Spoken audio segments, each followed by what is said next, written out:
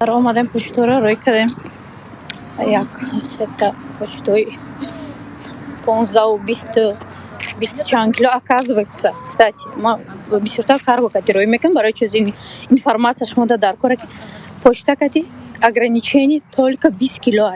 Як-то шайму тай чан кило 20 чан кило, короче, бромад гуфт хайдранш бигирен.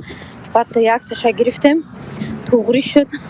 Баъд гирифтан оформит кардан. Қариб тай 20 кило, да? Баъд гирифтан оформит кардан так. Там ограничение мохамика или будете платить больше.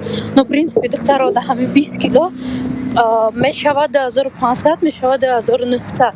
То есть 20 кило бораш мо мехарен, шмо да вообще выгоднее доктору.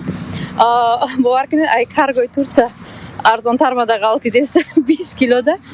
То есть мои кадар сум додесам, ай Турция заказ мекунам. Ну короче доктору шмо да